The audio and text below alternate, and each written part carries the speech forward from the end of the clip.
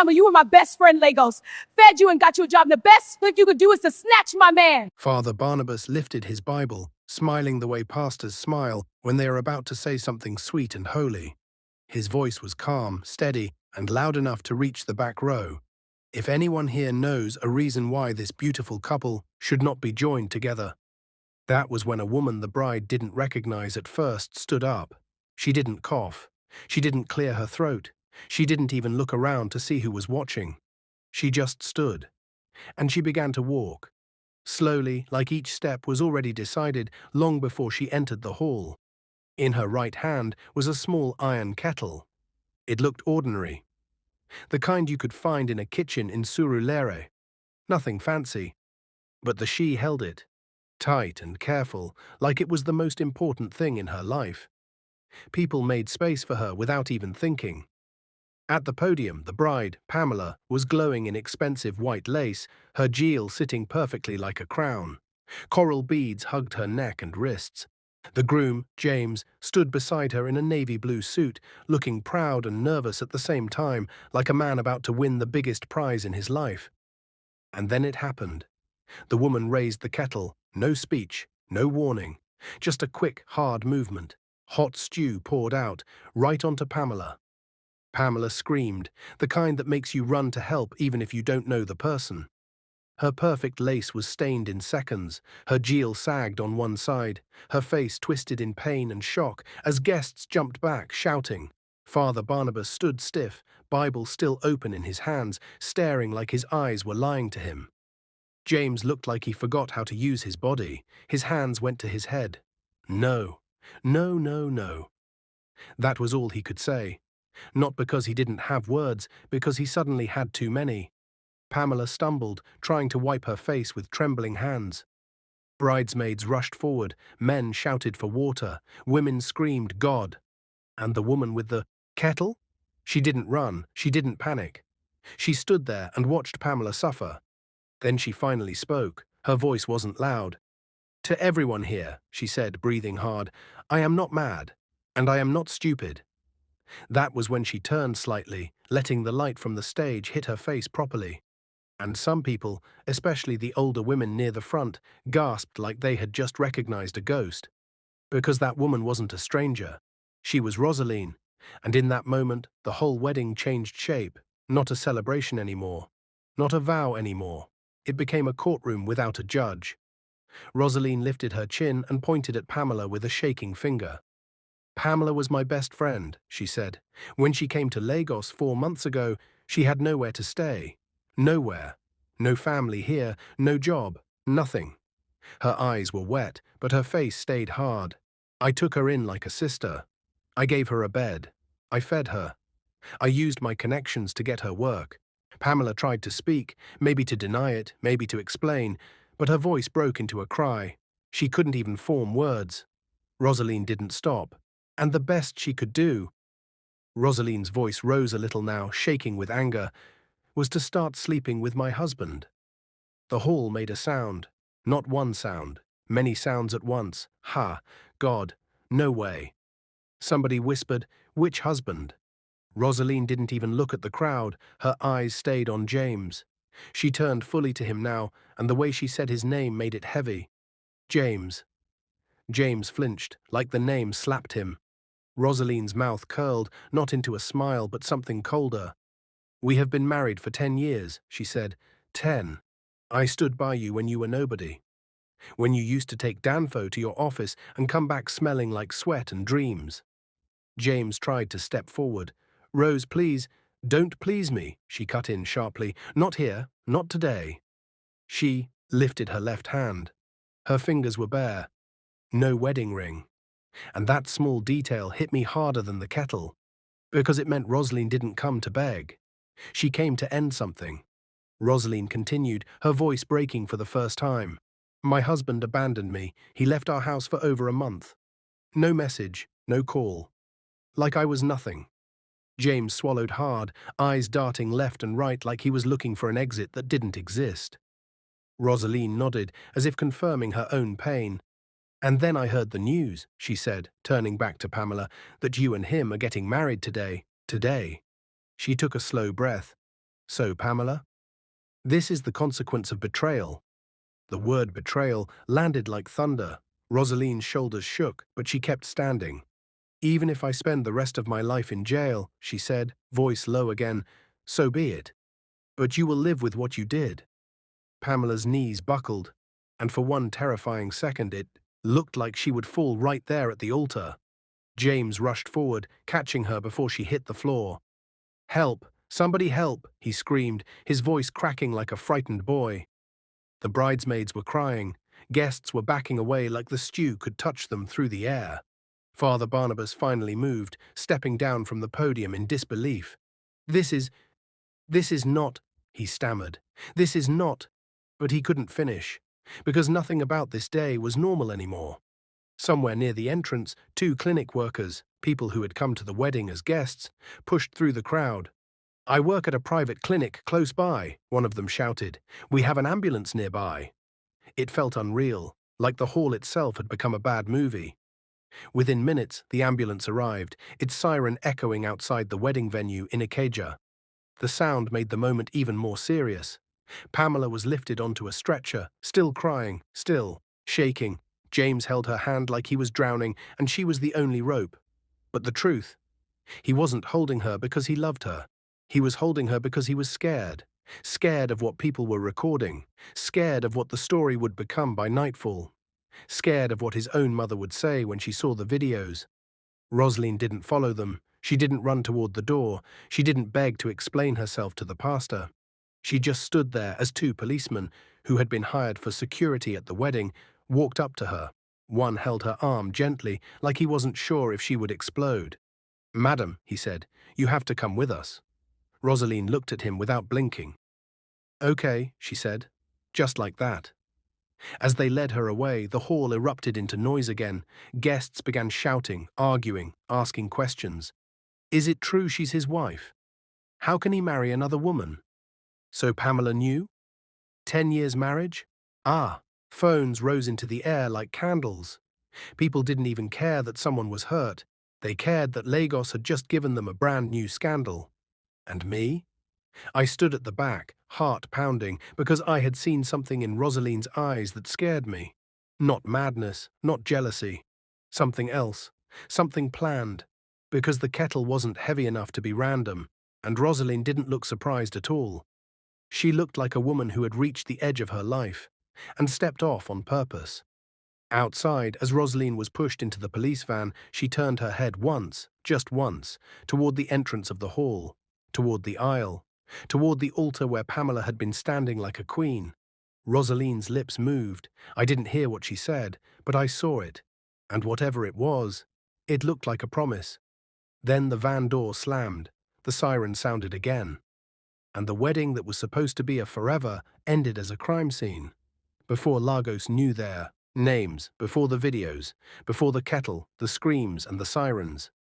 There was a small, quiet life that nobody clapped for. Rosaline's life. And it didn't begin with anger. It began with kindness. 10 years earlier, Roseline and James lived in a modest 2-bedroom flat in Ikeja, not far from the old computer village road. The walls were cream, slightly cracked near the corners. The fan in the sitting room made a tired noise like it had given up on life, but was still trying. They didn't have much, but they had rhythm. Roseline woke up first every morning. She always did, even on weekends.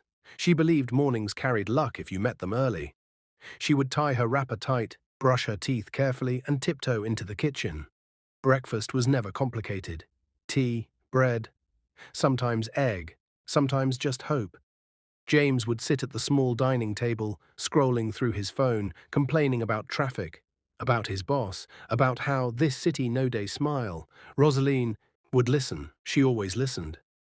You'll be fine, she would say, sliding his cup closer. One day you won't be complaining about Danfo again. James used to laugh then. Ah, Rose, you too believe in fairy tales.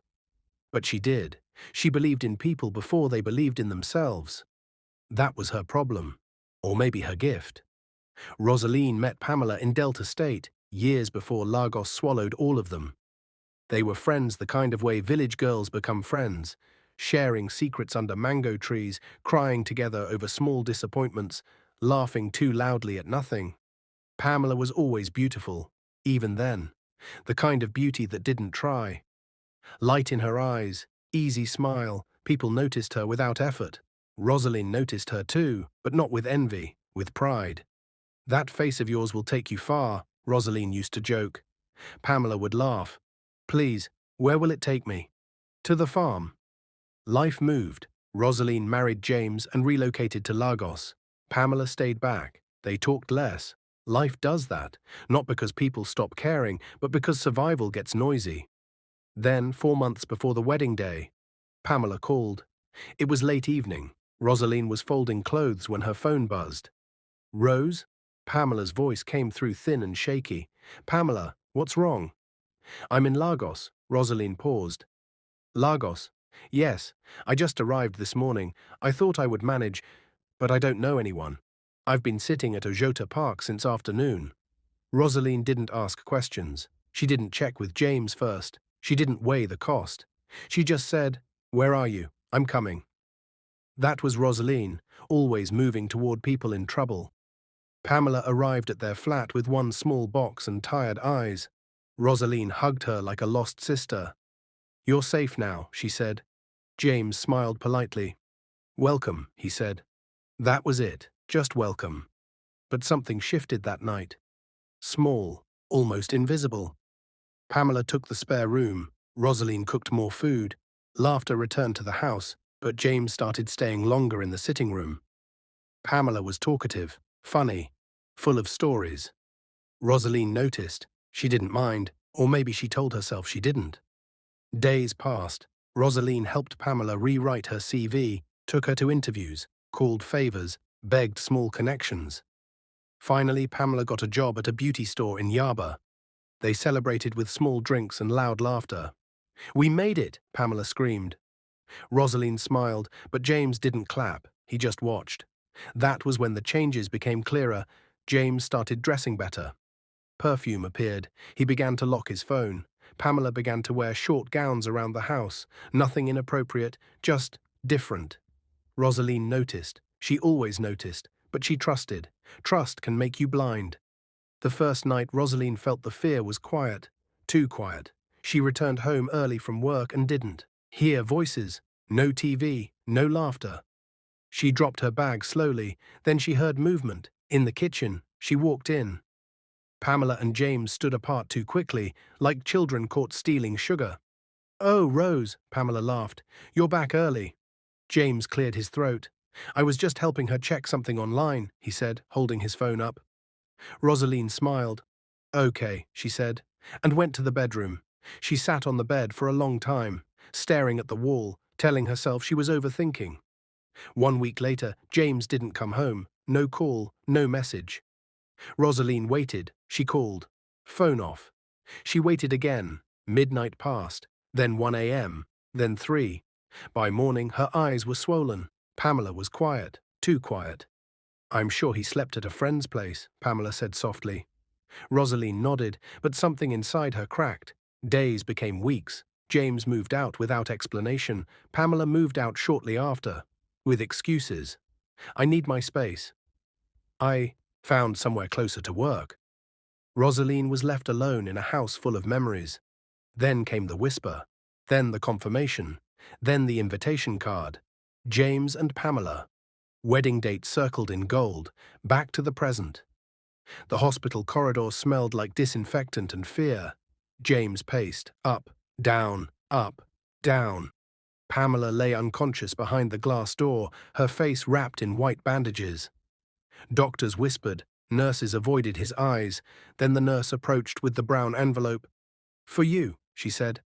James opened it with shaking hands. Inside were photographs, printed, clear, dates written behind them. Him, Pamela, in hotels, in a new apartment. Months ago, before he left Roseline's house. His knees weakened. Because taped behind the photos was a document, a photocopy of a joint account statement, an account he forgot Roseline still had access to. Money he withdrew. Large amounts, to fund a new life, to erase the old one. James dropped into a chair. Sweat ran down. His back, because this wasn't just betrayal anymore, this was evidence. And Roseline had planned this for a long time. At the police station, Roseline sat calmly. She answered questions slowly. She didn't deny anything. Yes, I poured the stew. Yes, I knew it was hot. No, I don't regret standing up. The officer rubbed his face. Madam, do you understand what this means? Yes, Roseline replied. I do. Then she leaned forward slightly. But you should also understand something. The officer looked up. Rosaline's voice dropped. I didn't come to destroy her face. The room went still. I came to expose the truth. James always believed lies worked best when they were simple. One woman at a time, one story at a time, one version of himself per room. That was how he survived. Until the night everything collided. At Ikeja police station, the air was thick with sweat and old paint. The ceiling fan turned slowly, like it was tired of human drama. Roseline sat on a wooden bench, hands folded on her lap, eyes steady. She looked calm, too calm for a woman who had just poured hot stew on another woman's face. The officer cleared his throat again. Madam Roseline, he said carefully, do you know that your husband was married before he married you? Roseline didn't answer immediately. She stared at the wall behind him. A faded poster warned about domestic violence. Someone had drawn a small mustache on the face with pen. Yes, she said at last. I know. The officer blinked. You know? Yes. Another officer nearby shifted in his chair. Then why? Because, Roseline interrupted gently. What I didn't know was that he never divorced her. Silence, heavy. The officer's pen paused in mid-air. You're saying, he said slowly, that James committed bigamy? Roseline nodded once. He told me they separated years ago. He said she travelled abroad. He said the papers were settled. She leaned forward slightly. But when he left me, I started checking things. Her voice softened. At first, I was just trying to understand what I did wrong. That sentence hung in the air, fragile and sad. The officer waited. I checked bank statements, phone records, old emails. Then I went further. Marriage registry, court filings. She exhaled. And I found her. Her name was Evelyn Okori. She lived in Festac, in a low-rise building with peeling paint and children who played football barefoot in the compound. She opened the door slowly when Roseline knocked. Yes, Evelyn asked, eyes tired but sharp. Roseline swallowed. I'm looking for James Okori. Evelyn laughed, a bitter, humorless sound. Oh, she said, stepping aside, you mean my husband? The word hit Roseline like cold water. Inside the flat, the walls were bare except for one framed wedding photo. James, younger, smiling, next to Evelyn. They married in 2004. Evelyn explained calmly, pouring water into 2 plastic cups. He left in 2012, said he needed space. Rosaline's fingers shook around her cup. Did you divorce him? She asked. Evelyn shook her head. No, he promised to come back. Then he stopped calling. She studied Rosaline's face. You're not the first woman who has come here asking questions. That was when Roseline understood. James didn't just abandon people, he replaced them. Back at the police station, the officer leaned back slowly. This changes a lot, he said. Yes, Roseline replied. I know. Another officer stood and walked out, phone pressed to his ear. Legal words floated through the room like smoke. Fraud, false declaration, invalid marriage.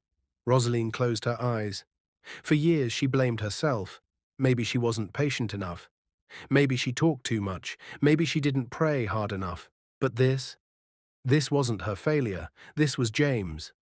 Across town, James sat alone in the hospital corridor, the brown envelope still open on his lap. Pamela was awake now, barely. Her face was wrapped thickly in bandages, like she was hiding from the world. James walked into the ward quietly. Pamela turned her head slowly. James, she whispered, my face, it's burning. He sat beside her. It will be okay, he said, though his voice betrayed him. Will I be fine? She asked. James didn't answer fast enough. Her eyes filled with tears. You said she was crazy, Pamela whispered. You said she was exaggerating. James looked away. Pamela's breath quickened. You told me you were free, that you were divorced. James swallowed. James, she pressed. The silence told her everything. Pamela let out a broken sound, not a scream, a collapse. I ruined my life for you, she whispered. James reached for her hand.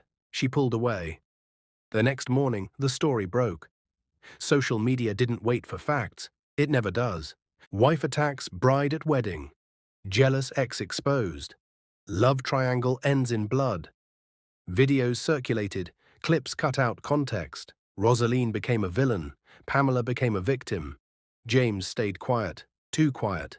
But by afternoon, the police press release dropped, and the narrative cracked. Groom under investigation for bigamy. 2 women, 1 husband. People paused. Comments changed tone. Questions appeared.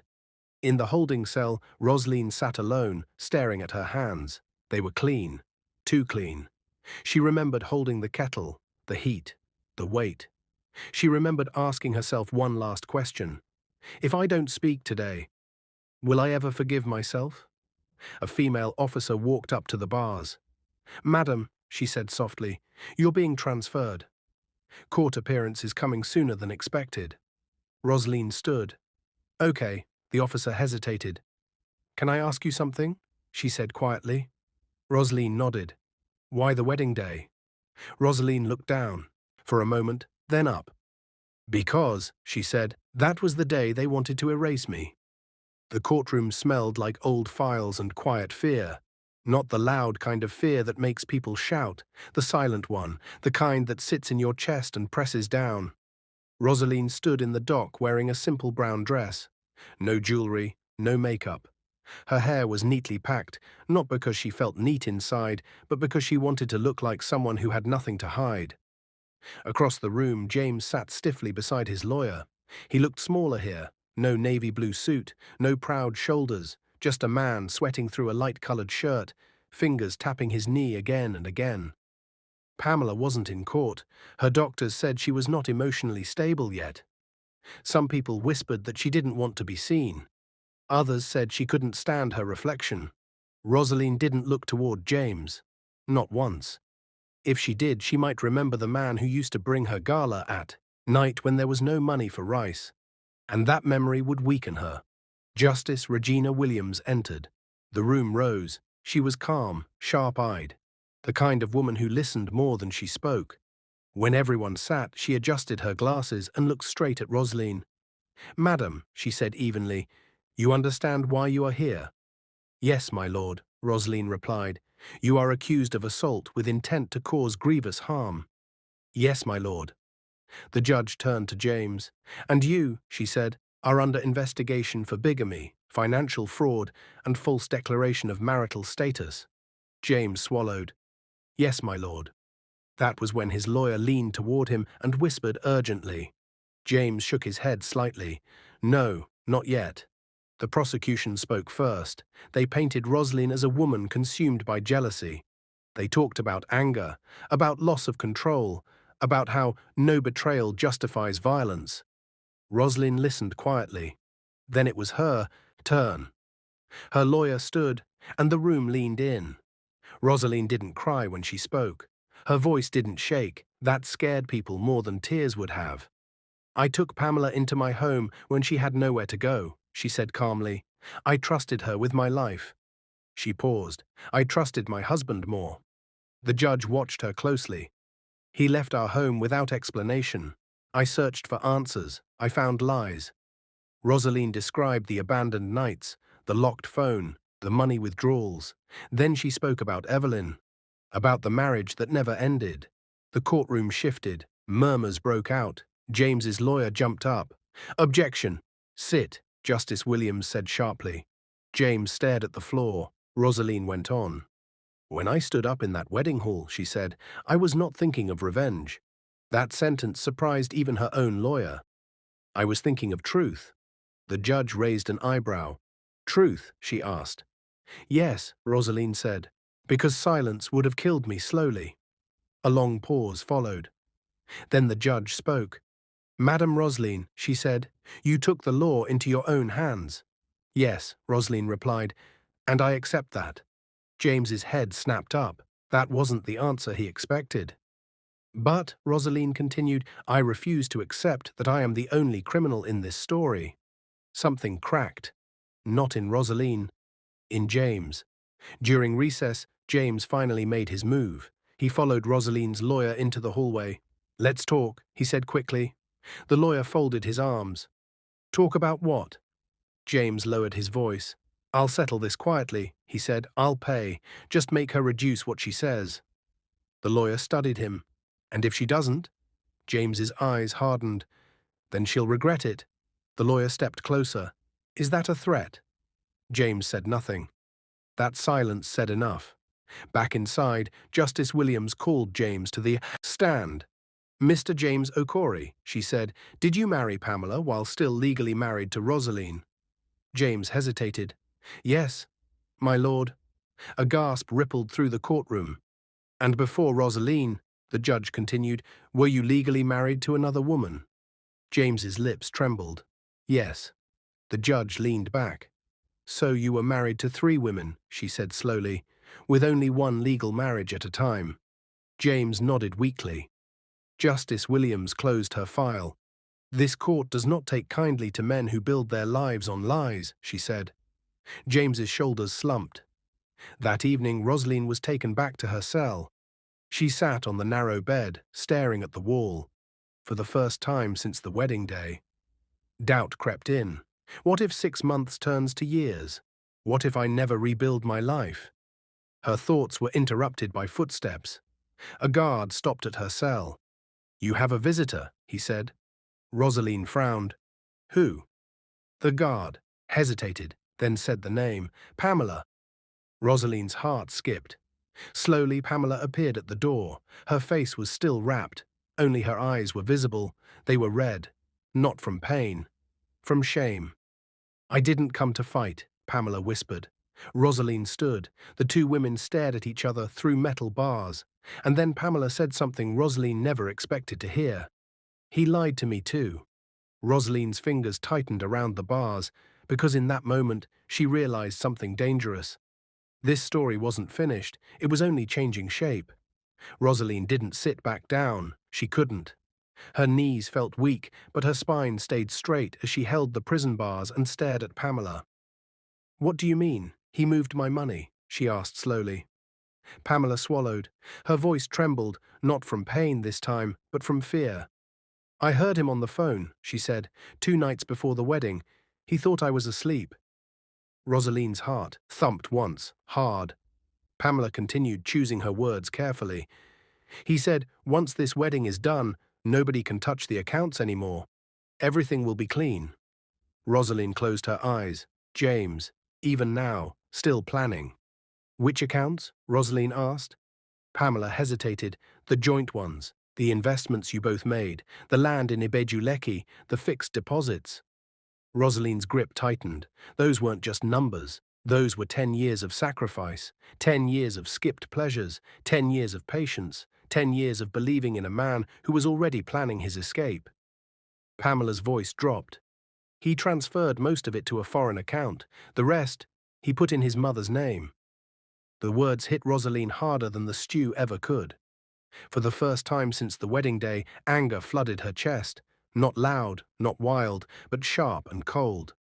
Why are you telling me this? Roseline asked quietly. Pamela looked down. Because I didn't. No, she said, and because I don't want to be the only villain in this story. Roseline studied her. Behind the bandages, Pamela looked smaller. Broken in a way beauty couldn't fix. Leave, Roseline said after a moment. Pamela looked up. What? Go, Roseline repeated, before I say something I can't take back. Pamela nodded slowly and stepped away. As the guard escorted her out, Pamela turned once. I'm sorry, she whispered. Roseline didn't reply, because sorry doesn't return stolen years. The next morning, Roseline asked for her lawyer, urgently. When he arrived, she didn't greet him. She went straight to the point. He moved our money, she said. Joint accounts, property, everything. The lawyer's jaw tightened. Do you have proof? Yes, Roseline replied, and witnesses. She told him about Pamela's confession, About the timing, about the accounts. The lawyer exhaled slowly. This changes the case. Completely, he said. How? Roseline asked.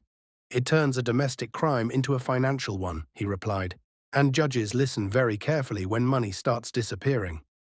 For the first time in days, Roseline felt something close to hope. In the hospital, James sat alone in the waiting area. Pamela had refused to see him again. Doctors spoke in careful tones: plastic surgery, skin grafts, long recovery, permanent damage. James nodded through it all, but his mind was elsewhere. On money, on control, on silence. His phone buzzed. Unknown number. He answered. "You're losing ground," a voice said. James stiffened. "Who is this?" "Someone who knows what you did," the voice replied, "and someone who knows where the money went." James stood abruptly. "What do you want?" A pause. "Keep Pamela quiet," the voice said, "and make sure Roseline doesn't dig any further." The call ended. James stared at his phone. Sweat gathered on his forehead. The first time, fear outweighed confidence, because too many people knew now. Court resumed 2 days later. This time the air felt different. Sharper, heavier. Rosaline's lawyer presented documents, bank transfers, property records, time-stamped withdrawals. Justice Regina Williams leaned forward as she studied them.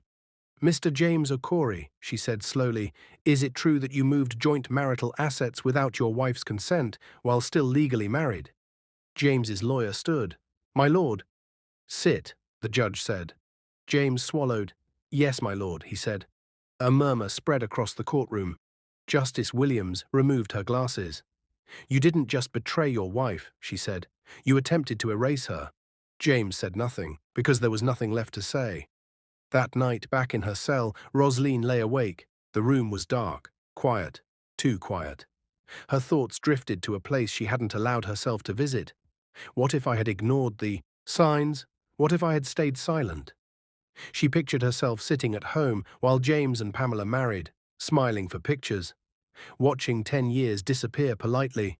Her chest tightened. No, she didn't regret standing up. She regretted trusting for too long.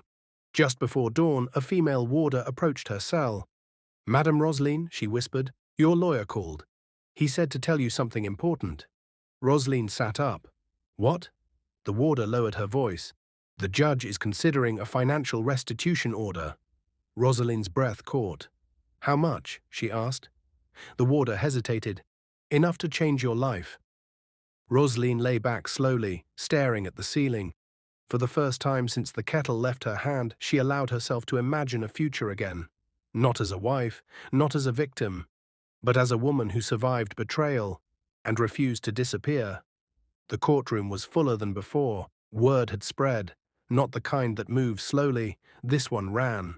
People wanted to see what would happen to the man who tried to erase 2 women with lies. James was brought in, wearing a pale shirt and dark trousers. Handcuffed. No confidence left in his walk, no sharp replies in his eyes. His mother sat behind him, pressing a handkerchief to her mouth, whispering prayers that sounded more like regrets. Roseline walked in quietly. She didn't look at James. She didn't need to. At this point, the truth had its own voice. Justice Regina Williams entered, and the room rose again. When everyone sat, she didn't waste time. "This court has reviewed the financial records," she said, voice firm, "and the pattern is clear." She lifted a document. Mr. James Okori deliberately transferred joint marital assets without consent.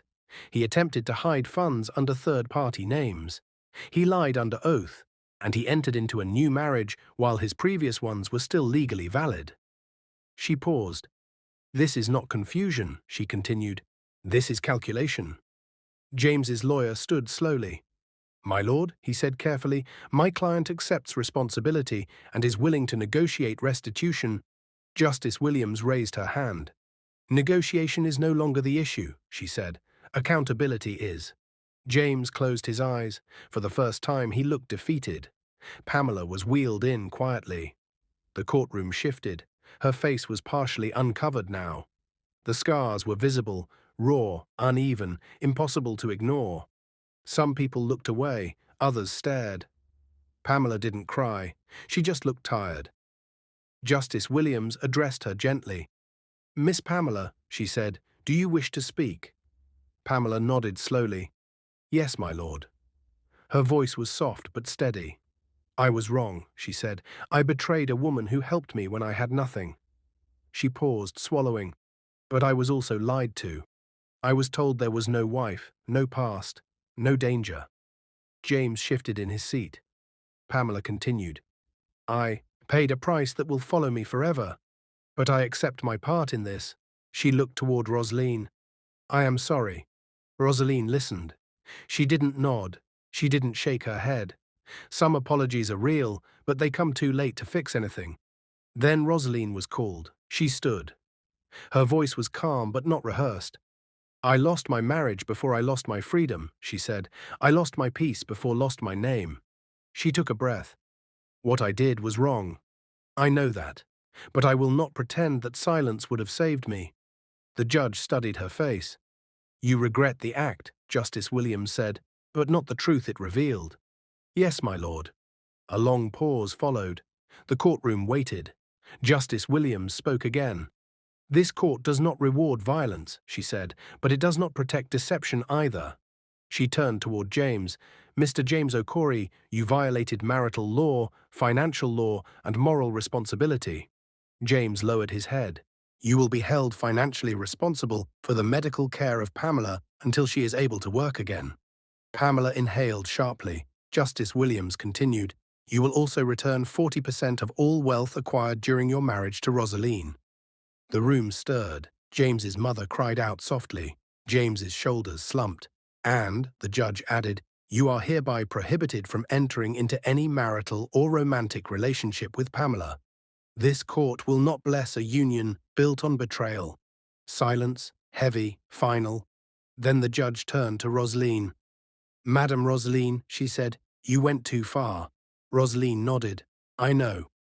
"For that," the judge continued, "you will serve a 6-month prison sentence." Rosaline's chest tightened, but she didn't protest. However, Justice Williams raised her hand. "But this court recognizes provocation, prolonged emotional damage, and financial abuse." She leaned forward.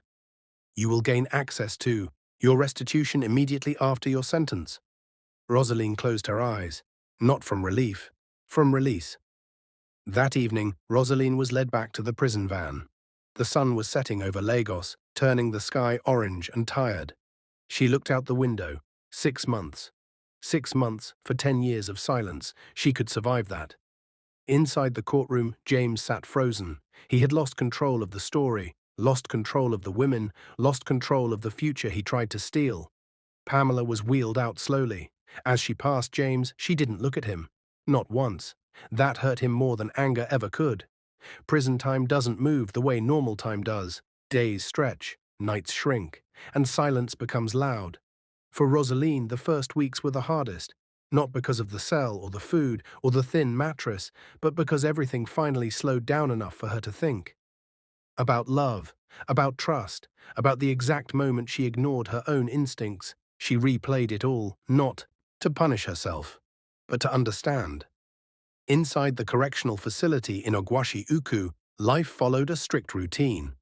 Wake-up bell, roll call, work, food, lights out. Roseline didn't talk much at first. Other inmates noticed.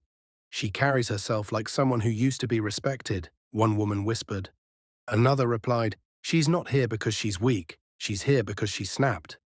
That was true, but snapping doesn't mean breaking forever. One afternoon, a prison officer stopped Roseline after work duty. "Madam Roseline," she said, "you have mail." Rosaline's heart skipped, not from fear, but curiosity. She opened it slowly. It wasn't from James. It wasn't from Pamela. It was from her lawyer. Inside were documents, stamped, signed, official, access approval to restitution funds upon release, temporary control of joint investments, legal dissolution of marriage finalized. Roseline sat down on the concrete bench, not because she was weak, but because something heavy finally lifted. She wasn't free yet, but her future was no longer stolen. Outside prison walls, life moved on, but not kindly for everyone. James lost more than money. He lost credibility. His business partners quietly pulled out. Invitations stopped coming. People who once greeted him loudly now crossed the street when they saw him. And the biggest punishment? Nobody trusted him again. Not with contracts, not with money, not with women. He tried to appeal the court ruling. It failed. Twice. The lies he built his life on were too many to clean up. Some nights, alone in his mother's house, James would sit on the edge of his bed and whisper, "I didn't think it would end like this." But betrayal never asks permission before ending things badly. Pamela's life took a different kind of turn. Hospitals became familiar. Doctors knew her by name. Her savings disappeared into surgeries that promised hope but delivered pain. The mirror became her enemy. Friends stopped visiting. Men stopped calling. The same beauty that once opened doors now reminded her daily of what she lost and why. Sometimes, late at night, Pamela would sit alone and think, if I had just respected another woman's home. But regret doesn't rewind time. It only teaches lessons too late. 6 months passed. Quietly. On the morning of Roseline's release, the sun rose gently over Delta State. No drama, no noise, just light. She stepped out wearing a simple dress and flat shoes. Nothing expensive, nothing loud, but her posture had changed. She stood straighter. A journalist tried to approach her. "Madam Roseline, any words for the public?" She paused, then said calmly, "I hope people learn to tell the truth before anger teaches it for them." And she walked away. Roseline didn't return to her old life. She built a new one. Using part of the money legally returned to her, she opened a small logistics and supplies business in Asaba. At first, it was just her and one staff, then 3, then 10. She hired women who had been betrayed, abandoned, or underestimated. She didn't ask for their stories. She understood them already. Within 2 years, her business grew beyond expectations. Not because she was lucky, but because pain had sharpened her focus. She no longer invested in people who couldn't be accountable. She no longer confused kindness with access. She learned boundaries, and boundaries changed everything. One evening, while closing her office, Roseline stood by the window and watched cars move along the road. Her phone buzzed, a message from an unknown number. "I hope you're well. I just wanted you to know. I finally understand." She didn't reply. Some understandings don't need responses. She placed the phone down, locked her office, and stepped into the night. Free. Not because she won, but because she survived. This story teaches us something uncomfortable, but real. Kindness without boundaries can destroy you. Helping people is good, but letting them cross lines unchecked is dangerous. Betrayal often wears a familiar face. The people closest to us have the greatest power to hurt us. Silence doesn't always mean peace. Sometimes silence only protects lies. Anger has consequences, but so does endurance. Roseline paid for her mistake, but she also reclaimed her truth. Not every apology deserves reconciliation. Some apologies come after damage is permanent. Character decides the ending, not beauty or charm.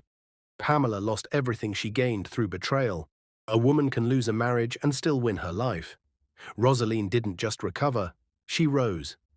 And finally, the price of betrayal is always higher than it looks at first.